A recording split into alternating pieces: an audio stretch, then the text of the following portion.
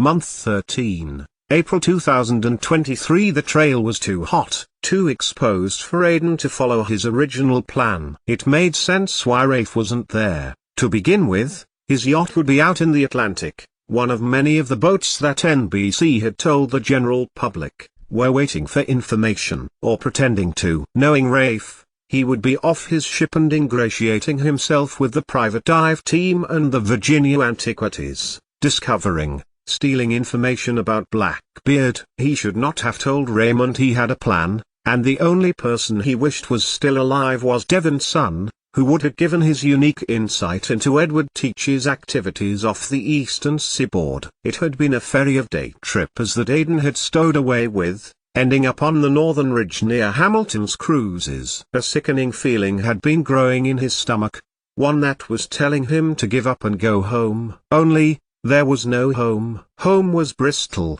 if it had ever been such a place, or, at a pinch, Charleston. But there was no way Aiden Drummond was going back to his mother's house, or find Renfield, who she had felt, in her bones, that was linked to Rafe's shooting. No, he was on his own, and because home was not an option, an overwhelming desire to break into Tannehill, that night, came over Aiden, to ignore Raymond's warnings and risk everything on finding some clue to the dinner in the 1930s and Rafe and Sarah's great-grandfather there. So he sat on the beach, and watched the stars, cuddling close into his denim jacket. Nothing much clean, he would have to laundry bomb at the laundrette at Kildare, tomorrow, perhaps. No, not tomorrow, because the early hours of the morning was his only chance to break into Tannehill with the least chance of being caught. Ambling along the beach got Aiden Drummond to the cut. Boats banked by boats sat beside the jetty of the Recovery, where that were in various states of repair and recondition. Beyond,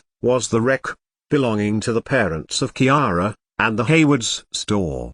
Despite it being late, lights shone from every front window. And then he came across a house, burned out tires in the front yard, a broken-down utility van and a hammock between two trees. The moon was up, the darkness not quite upon him. It was John B.'s house and, as such, John Routledge's. His father's house. Her father, John Routledge, was busy bringing up his son, in a veritable outdoor paradise as she was brought up in a terraced house on a huge council estate in one of the most industrialized cities in Britain. Aiden's feet got her to the front of the steps that led to the porch, that led to the outer screen door and the front door. It wasn't locked. Indeed, the knob turned easily and the door swung back onto itself. A waft of dust came to his face and Aiden coughed. Not inhabited for some time. And yet, the house's overall condition wasn't that bad. No excessive rubbish on the floors, plates and cups stacked neatly, with purpose. So he lived here then. Her father. Adeline came to Aiden's mind now, and she thought of the man, now dead in pursuit of his lifelong gold hunt. Blackbeard's was one of many, she knew. Aiden walked carefully across the floor to the open door at the back of the property. That door,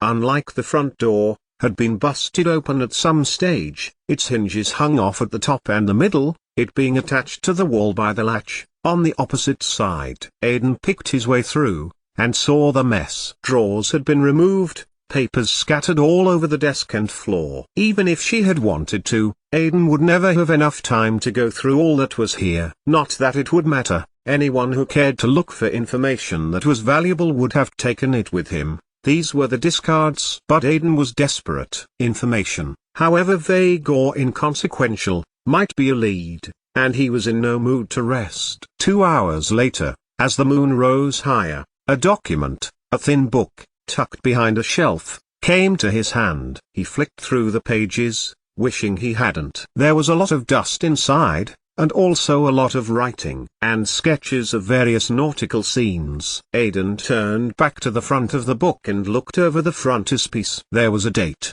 1718, and inside seemed to be notes about an exhibition in Paris. Tulip bulbs were for sale, and large pots in which to put them. There was a name. Aiden held the page closer to his face. A captain's log. Captain ... Captain. Aiden couldn't quite read the name, but it seemed to show an exact location where the ship sailed, Jamaica, that was clear there, and the shape of the east coast of America. The Outer Banks were a chain of islands before the land curved to the west. Charlestown was clearly marked. And Virginia. In a different hand, there was an X, just off the Virginian coast. Just where?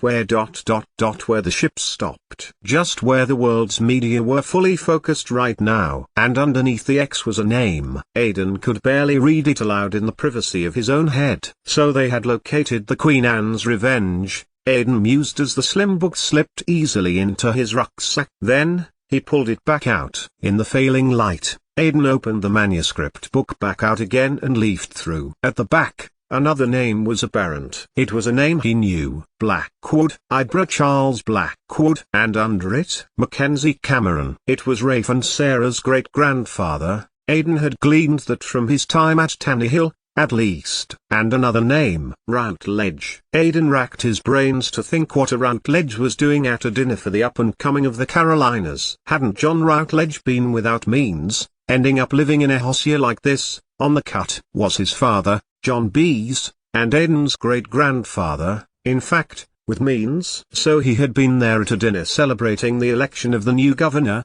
a dinner which, by the hand of Blackwood, told of a boast, to wit, the drinking of something alcoholic from a skull. As Aidan slipped the book into his bag, he spied something else, something which had floated down past the edge of the desk. Aidan stooped beside the desk and picked up the something else. It was a picture of John Routledge and John B. Clearly someone who had taken the picture for him knew that there was composition to be had with portrait. Trees framed the two of them, John Routledge with his arm around John B., who had a pair of Mackerel, one in each hand, clearly the day's catch. And they looked so happy. Routledge was dead now, and Aidan knew, coming all the way to the Outer Banks, that even alive, he may not have acknowledged him.